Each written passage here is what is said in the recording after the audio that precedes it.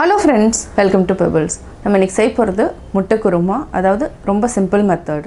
இதுக்கு வந்து என்னன்னா சோம்பு, தேங்காய், பச்சை மிளகாய், வரமிளகாய், கொஞ்சம் நம்ம முந்திரி ஆட் பண்ணிக்கலாம். இதை வந்து நல்லா அரைச்சு தனியா பேஸ்ட் பண்ணிக்கலாம்.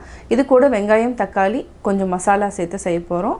இது வந்து என்னன்னா சப்பாத்தி, நான் எல்லாத்துக்குமே நல்லா இருக்கும். அதாவது என்னன்னா இது வந்து சாதத்துக்கு கூட அவ்வளோ டேஸ்ட் கொடுக்காது. நம்ம இப்போ எப்படி செய்யறதுன்னு பார்க்கலாம். தேவையான பொருட்கள் நம்ம 7 முட்டை எடுத்துக்கிறோம். இது அரைக்கிறதுக்கு வந்து அரை மூடி தேங்காய், 1 டேபிள் ஸ்பூன் சோம்பு, 4 வரமிளகாய், 3 பச்சை மிளகாய், ஒரு 18 முந்திரி எடுத்துக்கிறோம். இதை வந்து நம்ம அரைச்சு பேஸ்ட்டு தனியாக எடுத்து வச்சுக்கலாம். இப்போ தாளிக்கிறதுக்கு என்னென்னங்கிறத பார்க்கலாம். நம்ம தாளிக்கிறதுக்கு 3 பெரிய வெங்காயம், 2 தக்காளி, 1 டேபிள் ஸ்பூன் இஞ்சி பூண்டு விழுது, அரை டீஸ்பூன் சோம்பு தாளிக்கிறதுக்கு. சோம்பு கருவேப்பிலை மட்டும்தான் ஆட் பண்ண போகிறோம். 1 டீஸ்பூன் அளவுக்கு நம்ம தனியாத்தூள், 1/4 டீஸ்பூன் மஞ்சள் தூள், காஷ்மீரி மிளகாத்தூள் நம்ம எடுத்துக்கலாம் கலருக்காக. இப்போ எப்படி செய்கிறதுன்னு பார்க்கலாம். இப்போது ரீஃபைண்ட் ஆயில் எடுத்துக்கலாம். இது கூட தேங்காய் எண்ணெய் இருந்தாலும் தேங்காய் எண்ணெய் ஆட் பண்ணிக்கலாம், அதுவும் நல்லா டேஸ்ட் கொடுக்கும்.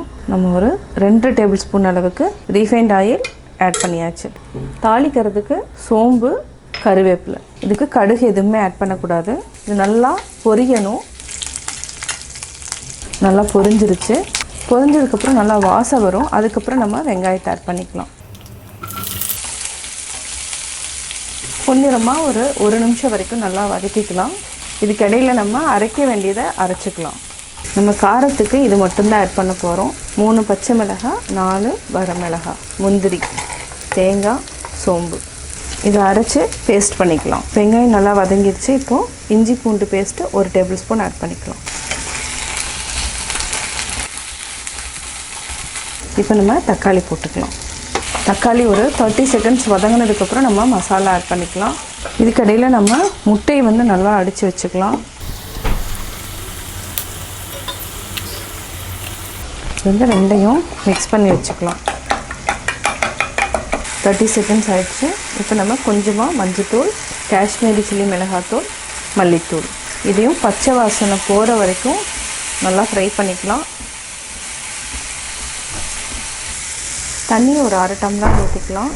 இன்னும் மிளகாத்தூள், மல்லித்தூளோட வாசனை போயிடும். இது வந்து என்னென்னா 1 நிமிஷம் வரைக்கும் நல்லா வதக்கிட்டேன்னா அதுக்கப்புறம் நம்ம அரைச்சதை ஆட் பண்ணிக்கலாம். இப்போ முட்டையில் நல்லா மசாலா ஆறதுக்கு ஒரு ஃபோர்க் இருந்துச்சுன்னா இந்த மாதிரி ஓட்டை போட்டுக்கோங்க. இந்த மாதிரி ஓட்டை போட்டுக்கலாம் எல்லா முட்டையிலையுமே. வெங்காயம் தக்காளியும் நல்லா வதங்கிடுச்சு. இப்போ நம்ம ஆல்ரெடி அரைச்சி வச்சுருக்கிறத ஊற்றிக்கலாம். கொஞ்சம் தண்ணி விட்டுக்கலாம். நல்லா மிக்ஸ் பண்ணி விட்டுக்கலாம். இந்த தேங்காயோட பச்சை வாசம் போனதுக்கப்புறம் நம்ம ஆல்ரெடி வந்து 2 முட்டையை நம்ம கலக்கி வச்சுருக்கிறோம். அதையும் ஆட் பண்ணிவிட்டு முட்டை ஆட் பண்ணி ஒரு 5 நிமிஷம் கொதி விட்டு அரைக்கிக்கலாம். இப்போ நம்ம உப்பு போட்டுக்கலாம். நல்லா மிக்ஸ் பண்ணி விட்டுக்கலாம். இது ஒரு 3 நிமிஷம் வரைக்கும் நல்லா கொதிக்கட்டும். அது வரைக்கும் மூடி வச்சுக்கலாம். 3 நிமிஷம் ஆயிடுச்சு. இப்போ நம்ம முட்டையை ஆட் பண்ணிக்கலாம். இப்போ நம்ம மிக்ஸ் பண்ணிக்கலாம்.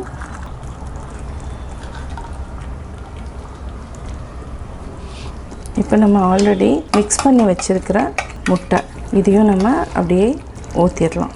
ஒரு 2 நிமிஷம் நல்லா வேகட்டும். ஏன்னா நம்ம மிக்ஸ் பண்ண வேண்டாம். இதுவே என்னென்னா கொஞ்சம் அப்படியே கட்டி ஆகிடும்.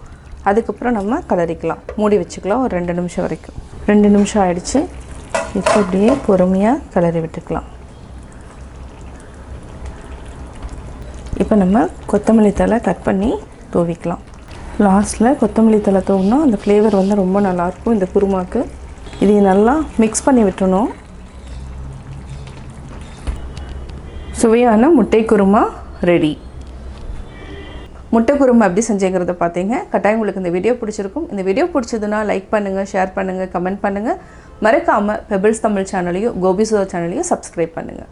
என்னோடய குக்கிங் வீடியோ முடிஞ்சதுக்கப்புறம் பார்த்தீங்கன்னா ஒரு திருக்குறள் வந்து நீங்கள் பார்க்கலாம். உங்கள் குழந்தைகளுக்கு நீங்கள் சொல்லித்தரலாம். நயன் ஈன்று நன்றி பயக்கும் பயன் ஈன்று பண்பின் தலைப்பிரியா சொல்.